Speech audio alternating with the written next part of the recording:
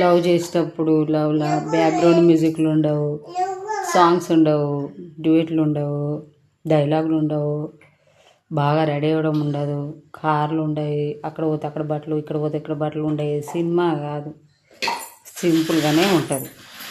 జీవించేవాడికి మాత్రము లేదు కానీ నటించేవాడికి మాత్రమే ఉన్నది ఈ రోజులల్లో పరిస్థితి.